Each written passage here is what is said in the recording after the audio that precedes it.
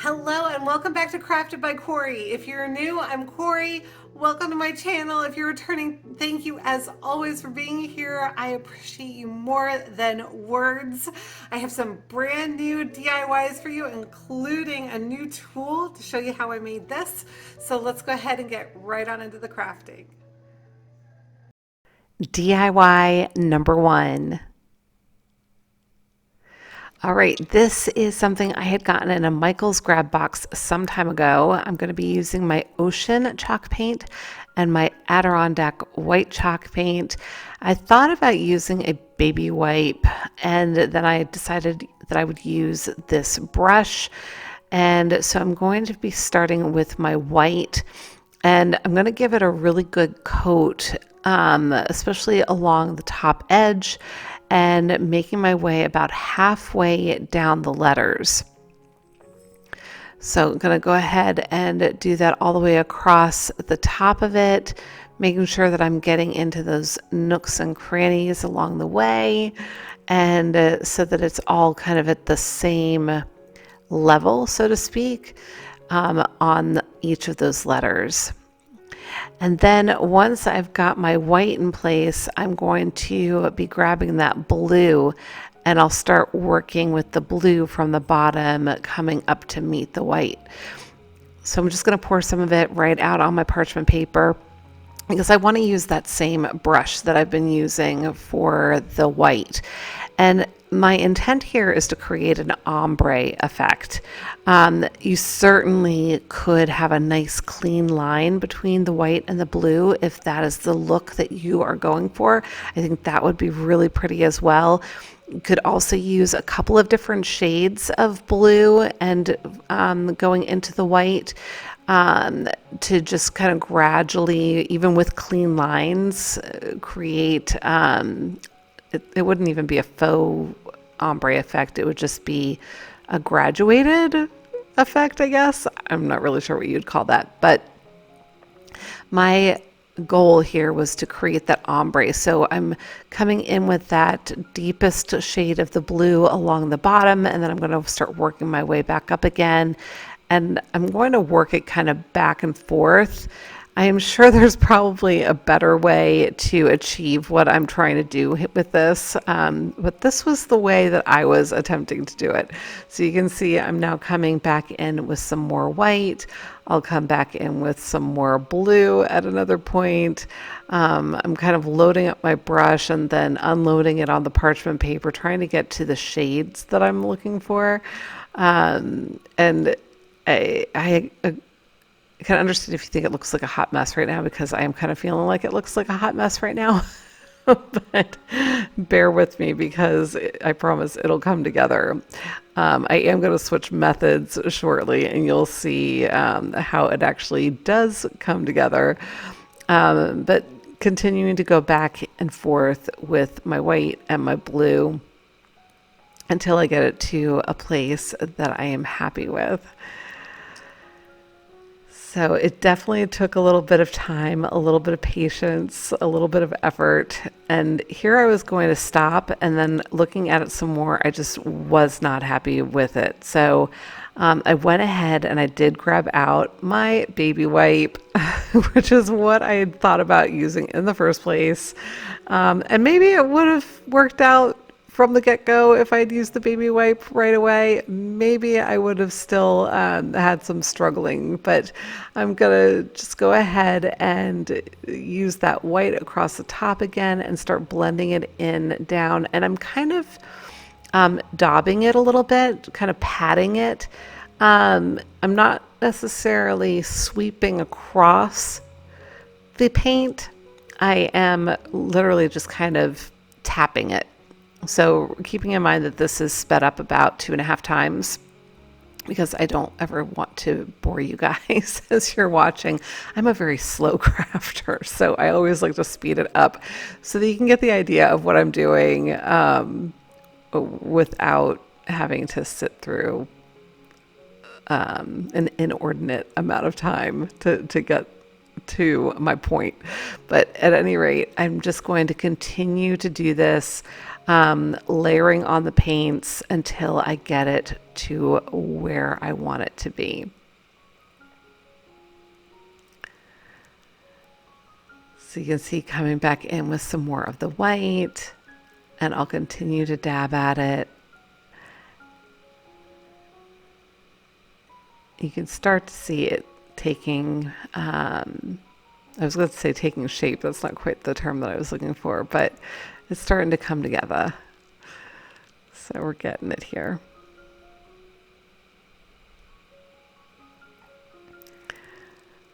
And finally, I was getting super close and just grabbed a clean baby wipe to just dab over all of it again, just to blend in any of the colors that might be standing out a little bit more than another.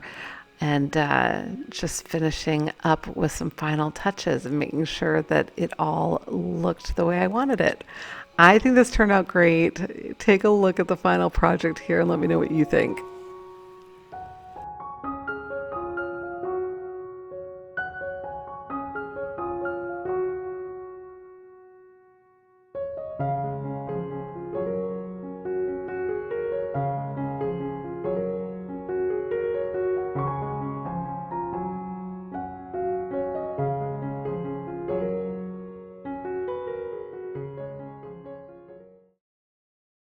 DIY number 2.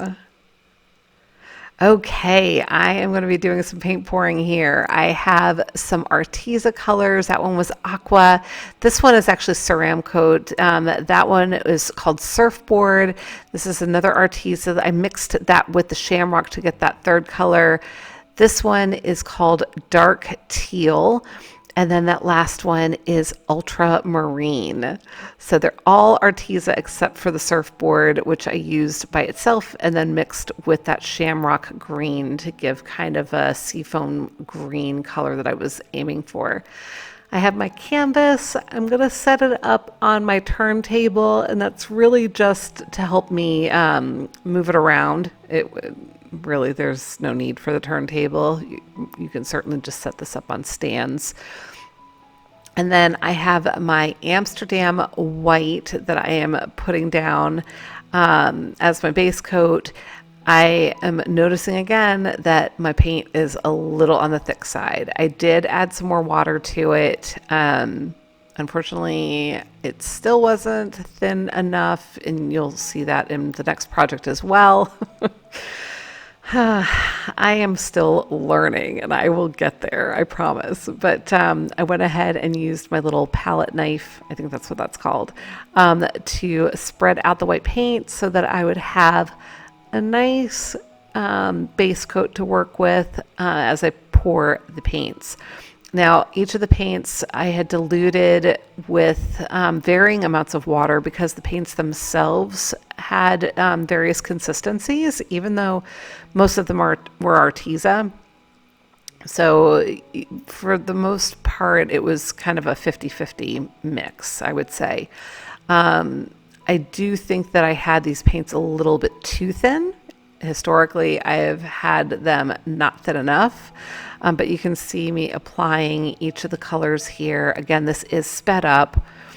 And I'm just lining them all up. And now I'm going to drop some more white on either side. My intent was to do a Dutch pour here. So I'm going to use my hairdryer and blow that white over top of it. And that worked out really well. That was pretty. And this is where it all started going downhill. It was... Yeah, my colors got really muddy. It didn't blow out the way I'd wanted. So, of course, I just kind of kept going at it. I don't know if my colors, some of them were just a little bit too close in depth and tone. I felt like I lost the ultramarine almost completely. I feel like the dark jade kind of took over everything. I do love that seafoam green color that I've got in there. And as you can see, I started tilting it because I was feeling like it was a little bit of a lost cause at that point. But we are going to go ahead and salvage it. just finishing off each of the edges there. You can see I do have a little bit of white there at the top left. I wasn't crazy about that. I do like the large area of white, but I feel like that needs to be by itself. So here I go tilting it again, and look how crazy it is. Some of the paint is moving and the rest of it is not. And it's that surfboard color that is moving the most, it would seem. So I'm inclined to believe that that was the thinnest of my paints, even though I would have sworn that it wasn't when it was all mixed. And yeah, I guess I decided I needed to blow it out a little bit more. I was looking for some of those lighter colors to come through. I did achieve that a little bit in blowing it out one more time. And now I am just using my heat gun to try and pop the bubbles. My little torch, I need to refill it. I don't have any more of the gas that goes into it, the butane. So I need to refill that. So using the heat gun to pop my bubbles, and then this one will be done. I do actually like it, even though it wasn't what I had intended, but I still think it came out really pretty, and it reminds me of the ocean.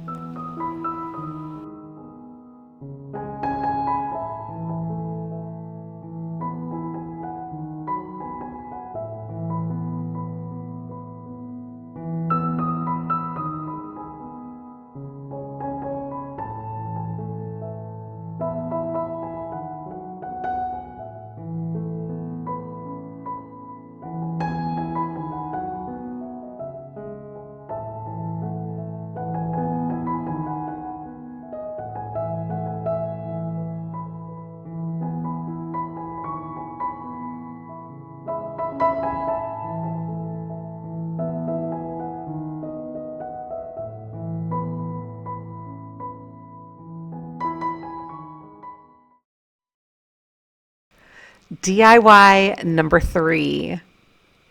All right, we still have paint left, so we're going to do another paint pour real quick. And this one, I decided to do a flip cup. This is a cup that I had used recently, so that paint along that edge is completely dry. I just figured, waste not, want not. I'm going to use it for this one.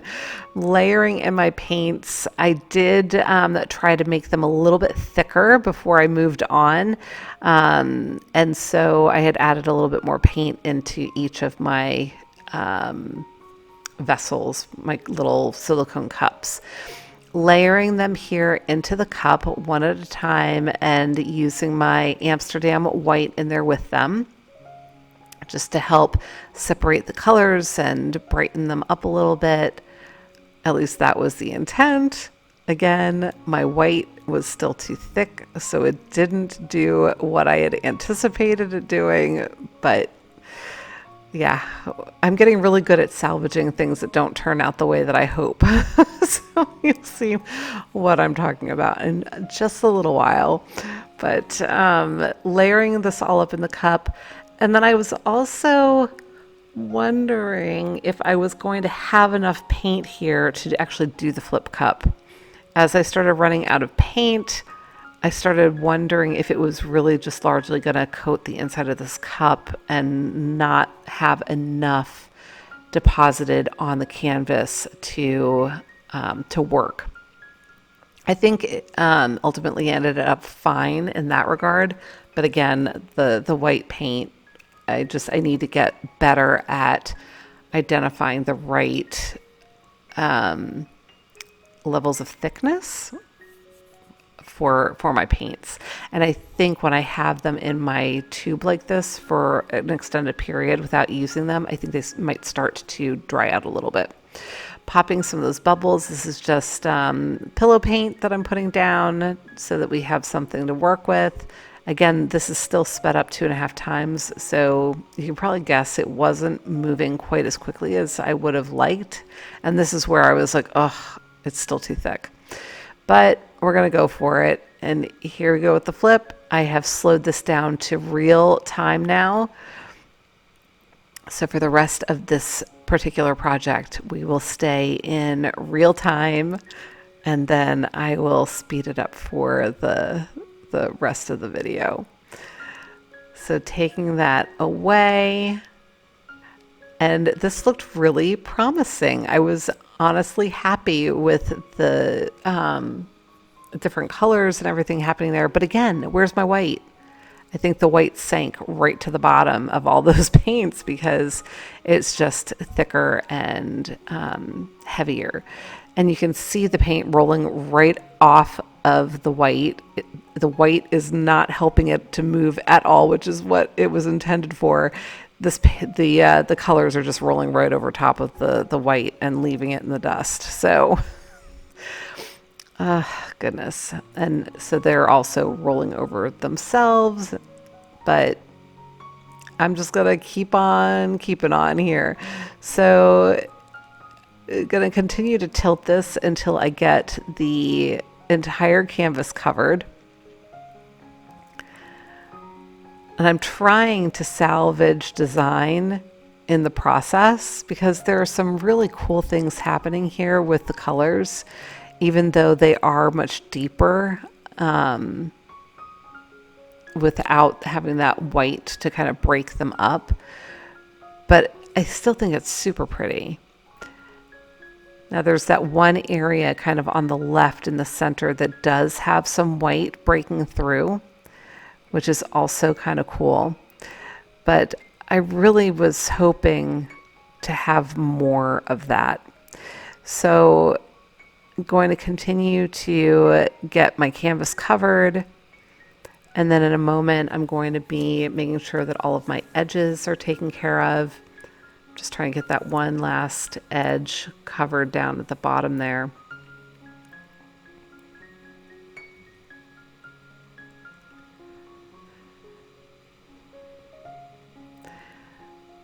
So once that is done, I'm actually going to be implementing another technique that I've tried in the past. I don't know that I have super successfully used balloon kisses, but because I've seen people use the balloons in such a way that they actually create what looks like flowers, and I think it's just the prettiest thing. But I'm going to try and do this because I was hoping, knowing that that white paint is sitting underneath all this color, that I might be able to bring some of it through. I'm still debating in my mind whether this is something to do with water. And all of my projects today were kind of inspired by being out on the water, especially a lake, because I love the lakes. But that was kind of my inspiration. So I was debating whether I wanted to try to create some sort of a spring scene with flower type look, or if I wanted to stick with kind of a water theme. And as I'm looking at this, I'm like, you know what? I am going to try something. And I just went for it. I stuck my finger right in there. I've seen Olga Solby do things like that. And I was like, you know what? No harm, no foul. This is already not what I had intended for it to be. And I thought it looked really kind of cool. So I kept going with it. And it started looking to me kind of like waves crashing over on themselves out on the sea. So I continued to work my way across the painting, just using my finger. At one point, I did try to do it, and you'll see in a little bit, I did try to do it without having the balloon kisses in place, and I did not like that at all. It didn't have any kind of flair to it. I don't even know how to explain it, but maybe you'll see what I'm talking about in a moment. So when I did start to try to do it with my finger alone, I ultimately went back and added a couple of balloon kisses along that line because I just liked the look of it better. But I'm just going to sit back for a moment and let you watch the rest of what I do here.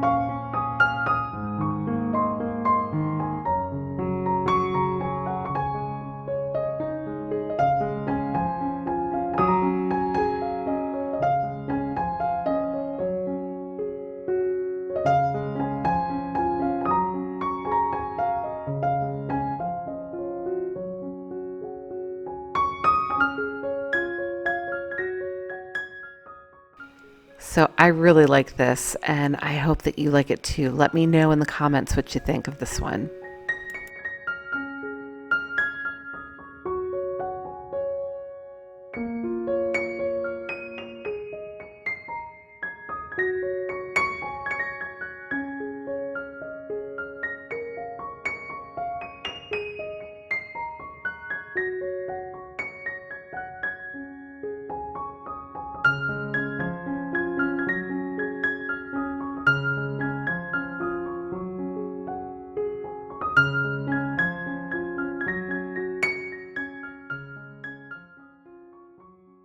And now it's time for a shout out timeout. Gorgeous Laura, this spring wreath is absolutely fantastic. And beautiful Barbara, I love this so much, and the colors you used are splendid. And very nice Valerie, such great calendars. And great Kathy. Kathy has been busy.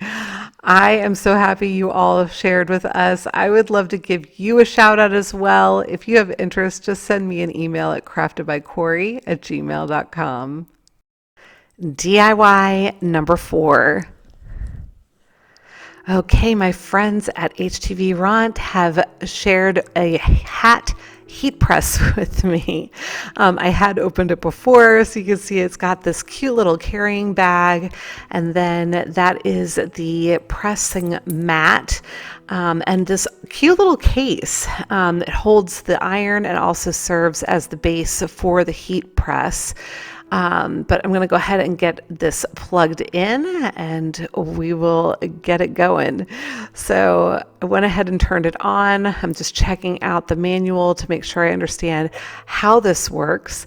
And then I have my cute little hat that I got off of Amazon. It's got a ponytail hole for it, which I love. I've wanted a hat like this for a while, so it's perfect.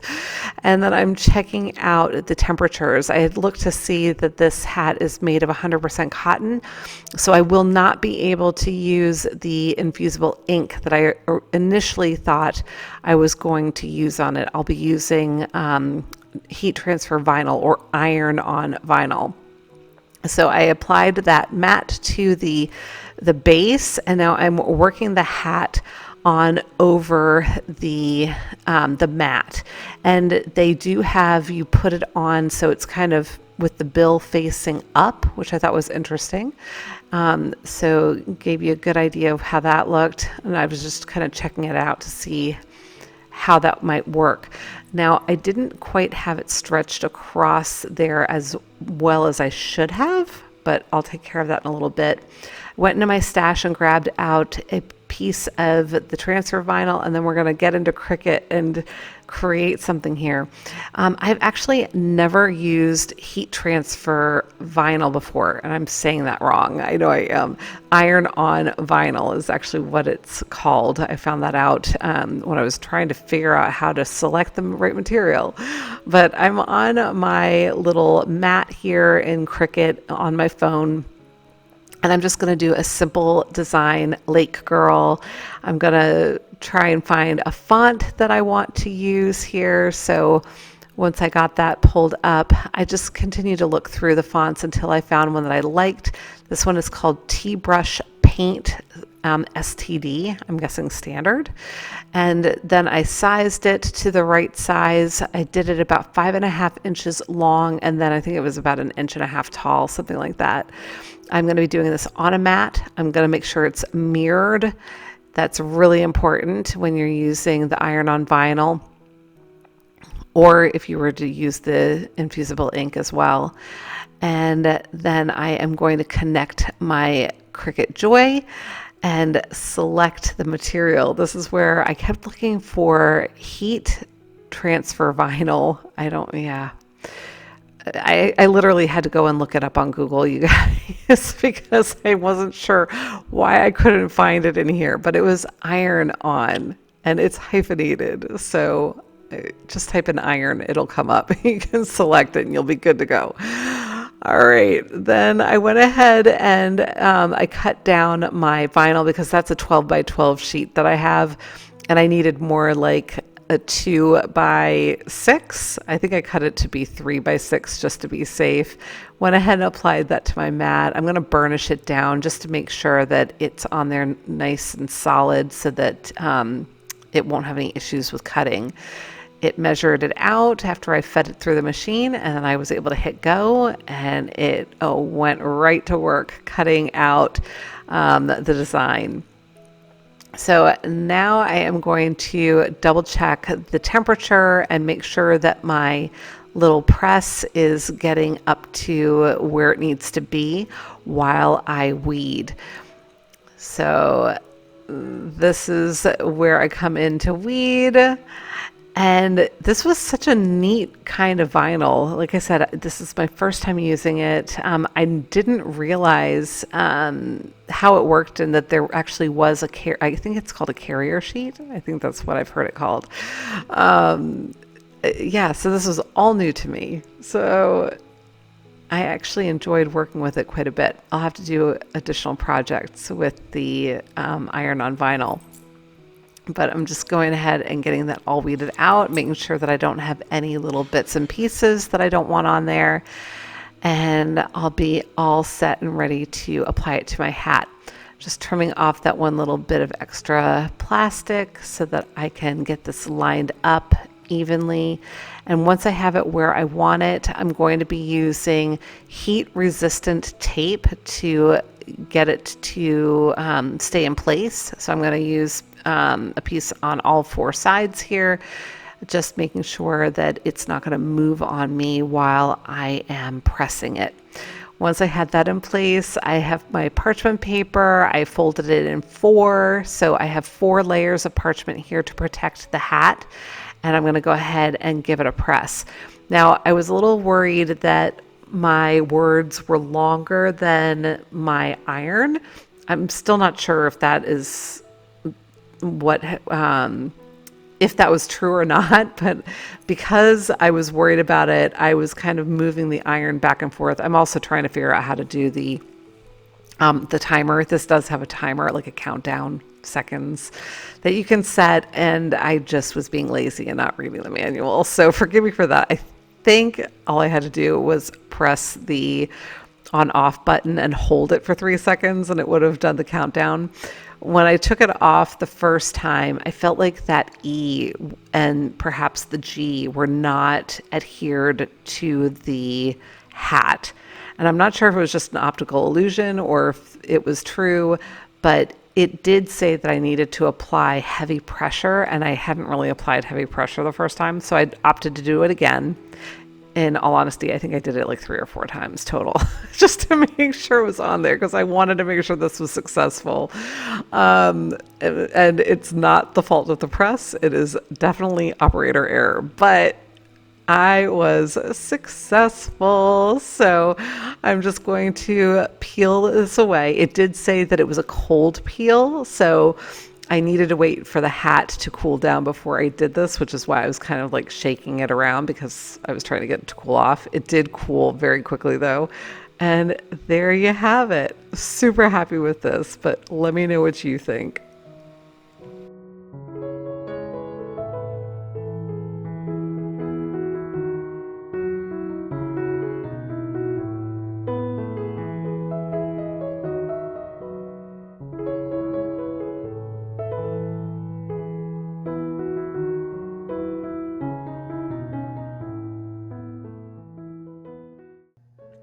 Okay, everybody, that's it for today. If you enjoyed the projects, please remember to give me a big thumbs up, leave me a comment, let me know which one was your favorite. And until the next time, be well, be kind, and make it a great day. Thank you so much for watching and take good care. Bye.